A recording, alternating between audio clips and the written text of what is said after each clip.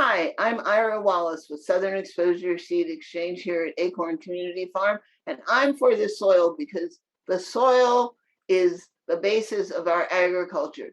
Soil grows our plants, and I love good soil.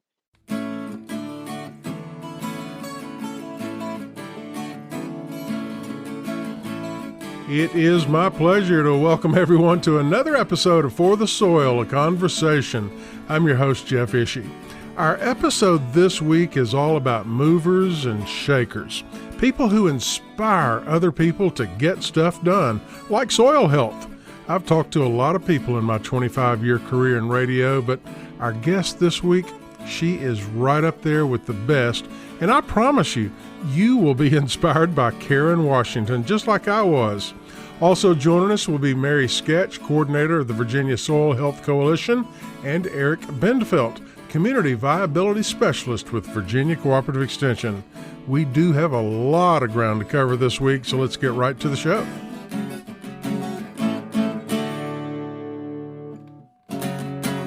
Welcome, everyone, to another episode of For the Soil, a Conversation. I'm your host, Jeff Ishee. Eric and Mary, I am eager to get to our topic today and our special guest. That's because in this episode, we're going to be talking about soil health and racial justice, amongst other topics. Eric, would you do us the honor of introducing our special guest today? Thank you, Jeff. We're very pleased to have Karen Washington join us today. We were fortunate to have Karen come to Virginia and speak at the 2015 Virginia Farm to Table Conference and also speak at Virginia Tech. And she'll be speaking again in Virginia at the upcoming Virginia Association for Biological Farming Association and sharing her insights about soil health and the issue of racial justice. So we're very pleased to have Karen. And I'd just like to share one quote that I have from Karen. It says, "To grow your own food gives you power and dignity. You know exactly what you're eating because you grew it. It's good, it's nourishing, and you did this for yourself, your family, and your community." And Karen, I'm just so glad to have you and look forward to talking with you. Thank you so much. I'm so excited to be here today to speak with all of you.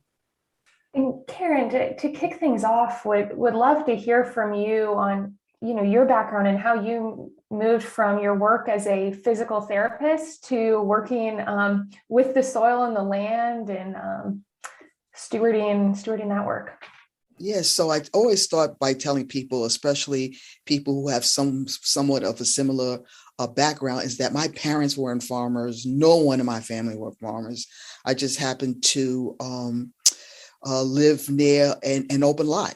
Believe it or not, as you can imagine, one time New York City had over 15,000 vacant lots, mostly in low-income neighborhoods and neighborhoods of color. And a lot of us got together to turn those empty lots into community gardens. And I like the word community gardens because it took a village, a community of people to turn those lots into beautiful gardens. And at that time, entering soil to be soil is more like dirt. And, people interchange dirt and soil together. And it wasn't until you really understood the mechanism behind growing food and that soil was alive and there was a difference between soil and dirt. And so it led me on a path of understanding soil structures, how to grow food, but also the impact that growing food and food itself and soil had on communities of color. And so I've been an activist striving for food and social justice, environmental justice, as well as a grower now on a 5-acre farm with friends of mine up in Chester, New York. So thanks for asking. And Karen, as you've recently retired as a physical therapist, just speaking about further connections to health from individuals to community health to overall soil health, and you can continue to speak about that. Yeah, definitely. Because you know what?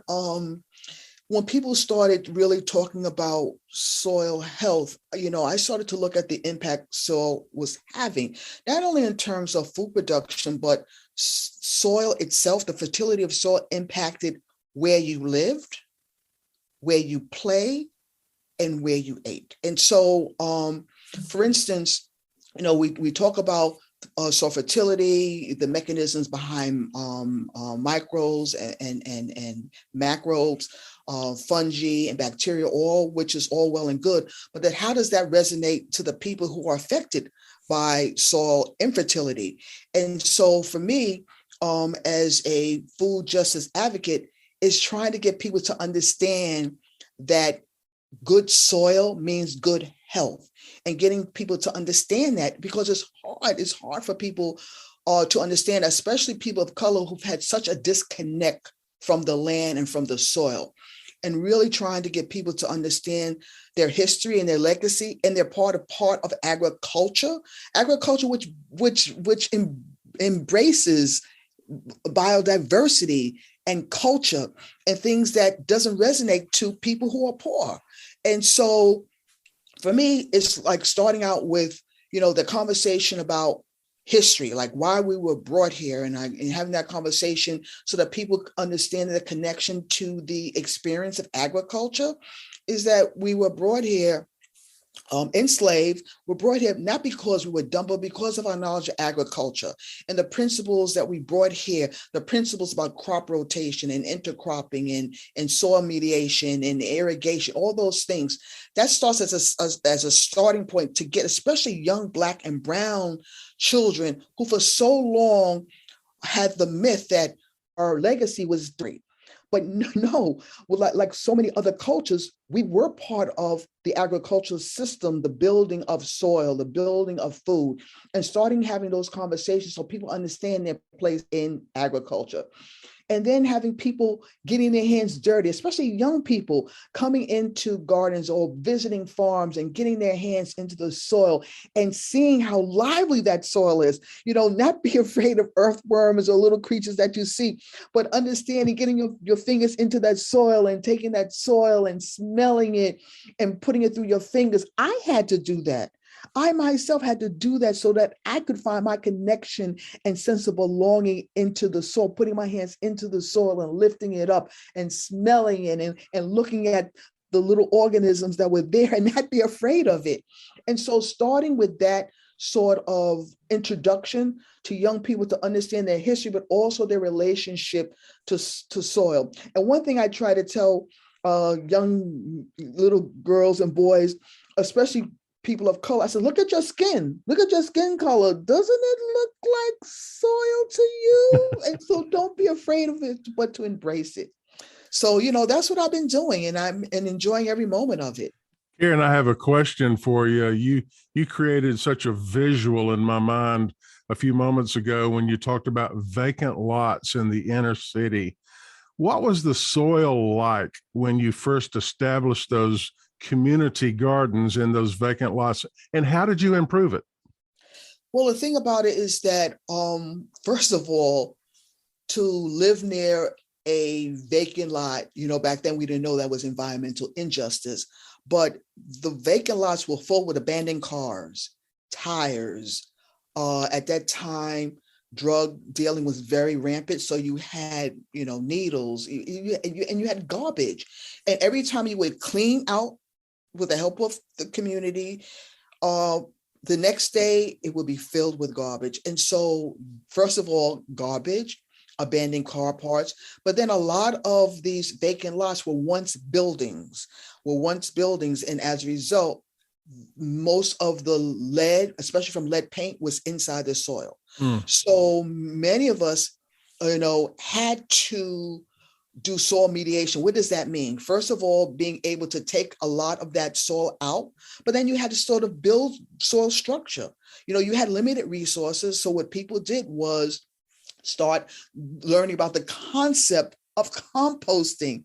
Now, think about back in the late 1970s and early 80s. That word compost was foreign to people, but yet there were people who had knowledge of what it is to bring back healthy soil. How can you mitigate and how can you increase healthy soil? Well, instead of taking away especially plant material, household material or fruits and vegetables, put it back into the soil. Instead of leaving the soil bare year after year, whenever you started growing, chop it down and making sure that it would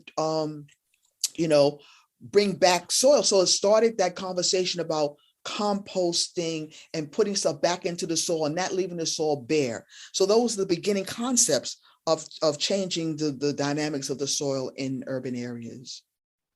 Karen, we talk a lot about the networks within the soil, those microbial networks, and building the diversity of that. How do you see the work that you're doing on more of that metaphorical side, building community networks? And, how does working in the soil help build those connections among diverse communities?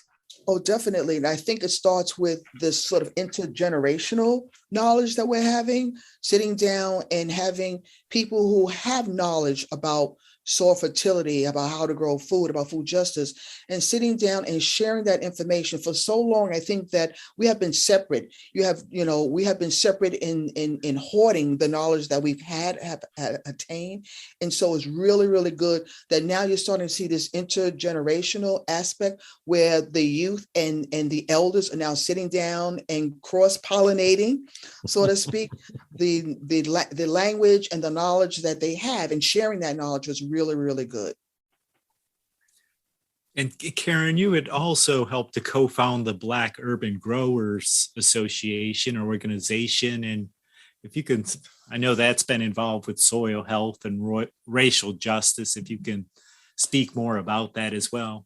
Yeah, the reason why we started the Black Urban Growers is because of the fact that many of us with good intentions would go to different farming conferences and workshops and never see the diversity that we have. As farmers, we embrace diversity, but sitting in a pool of whiteness and not being able to see your participation in agriculture, we started to have this conversation so that young Black and brown people could see farmers that look like them.